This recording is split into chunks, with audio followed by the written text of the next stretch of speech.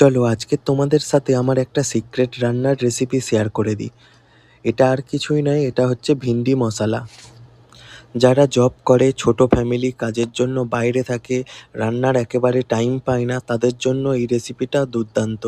কারণ এটা একদম অল্প উপকরণে আর একদম অল্প সময়ের মধ্যে পারফেক্ট রেসিপি, যেটা রুটির সাথে তো ভালো লাগবেই, আর কেউ চাইলে রাইসের সাথেও খেতে পারে।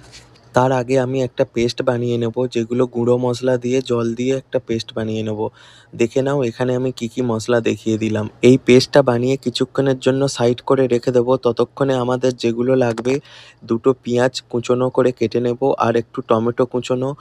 আর ভিন্ডিটাকে জলে ধুয়ে আপনারা যেমনভাবে পারবেন তেমন সাইজ করে কেটে নেবেন। এবারে একটা কড়াই বসিয়ে তাতে একটু তেল গরম করে ভিন্ডিটাকে আগে ভেজে নেব। এটাতে অন্য কিছু দিতে লাগবে না, শুধু তেলের মধ্যে ভেজে নেব।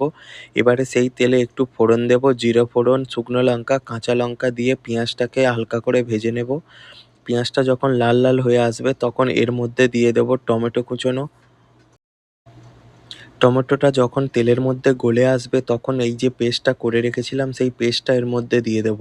পেস্টটা দেওয়ার পরে দেখুন একটা কি সুন্দর মাখা মাখা হয়ে এসছে। এবারে এটাতে কিছুটা জল দিতে হবে যাতে গ্রেভিটা একটু মাখা মাখা হয়। অনেকেই কিন্তু খাবারের পাতে ভিন্ডি পছন্দ করেন না, অনেকে তরকারিতে দিলে ভিন্ডির তরকারি খেতে চান না। তাদের জন্য এই রেসিপিটা একবার ট্রাই করে দেখতে পারেন, আর যারা খেতে পছন্দ করেন তাদের জন্য তো নতুন করে কিছু বলার নেই। এবারে এই গ্রেভিটা যখন ফুটে উঠবে ভেজে রাখা ভিন্ডিগুলো এর মধ্যে দিয়ে দেবো। এটা বেশিক্ষণ ফোটাতে লাগবে না, যেহেতু ভিন্ডিটা আগে থেকে ভাজা ছিল। এটা একবার ফুটে গেলেই এটাকে একবার ঢেকে দেবো, ঢেকে কিছুক্ষণ রান্না করে নেবো, যাতে এর ঢেকে দেওয়ার কারণে জলটা শুকনো হবে না।